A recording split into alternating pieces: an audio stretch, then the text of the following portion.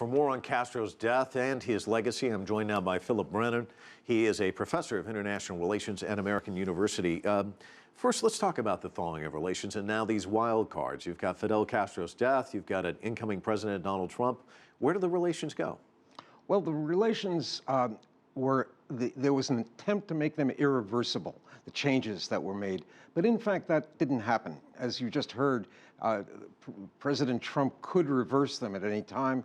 He's not likely to, but for example, he may not appoint an ambassador to the embassy. Instead of closing it, he'll downgrade it by having only a charge d'affaires. He'll probably allow the flights to continue, but he'll probably cut back on educational travel. So it'll be a little harder for Americans to go. And I think that the Cubans aren't so upset about that. They weren't ready for an influx of Americans. And there are a lot of people there that are worried that everything will change if too many Americans come. You've heard so many different words for him: defiant, enigmatic, charismatic. Einar Tangent saying in some parts of the world he's seen as this David against Goliath, but if you go to Miami, he's more the Goliath against David. How do we view this man?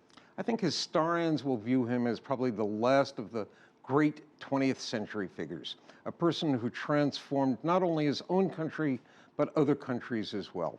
And not in a way that was imposing on other people.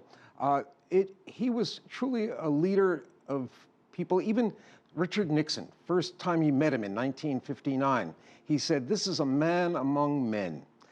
And he did convey that sense. He cared not just about the Cuban people, he cared about humanity. The last time I met with him, I asked him what he would tell a young person today, what does it mean to be a revolutionary? And he said, be an environmentalist. Interesting. You know, it's interesting you bring up talking about meeting with him. I was reading Marvin Shanken, the editor of Cigar Aficionado. 8:30 in the morning, they tell him, hey, you're going to get a chance to meet with Fidel Castro. At 12:45 a.m., he finally meets with him, but he sat with him until about 3 in the morning talking about cigars. We've seen him jawing with Muhammad Ali, sparring with him, mugging for the camera. What kind of guy was he sitting next to him? Because not very many people have been in your position. Well, I found the first meeting I had with him started at 10 in the evening and lasted till 3:30 in the morning. And he has enormous curiosity, great depth on a lot of subjects, so he can ask you any number of questions: scientific, technological, historical, economic.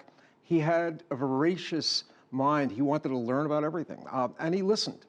He talked a lot, there's no question about that, but he also listened very well.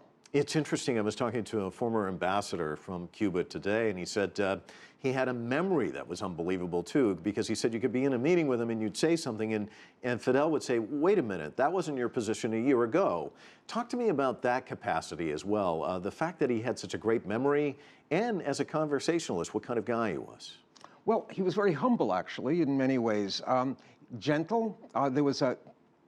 So he was a person at a human level. He commanded enormous respect. Robert McNamara, former Secretary of Defense, who had several meetings with him, said to me that Fidel Castro was probably in the top 3 of the 200 or so world leaders he had ever met. And probably John Kennedy and Lyndon Johnson were 1 and 2. And that says an awful lot, because McNamara didn't suffer fools. But a complicated figure in the sense that you have a large population in southern Florida who despise the man.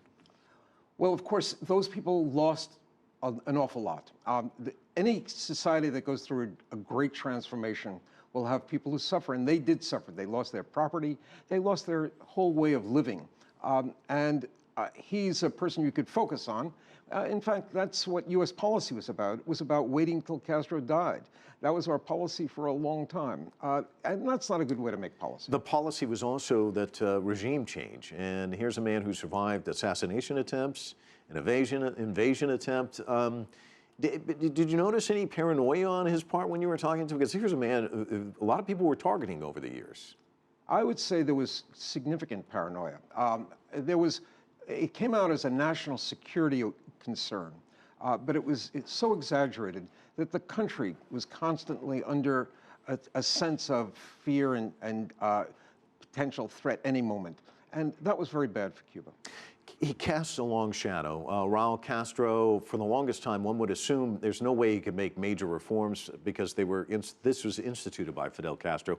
Do you see a change with his passing that perhaps Cuba changes up at all? Well, among Cubanologists, and I'm one of them, there's been a debate in these last few days about, today mainly, I'm in the school that says Castro essentially no longer played much of a role. In the last 5 years, he wasn't that important, and so I don't think his passing will change very much. There are a lot of people who were inspired by him who still don't want the reforms to take place. Philip Brenner, thanks so much for your observations. Pleasure. Appreciate it.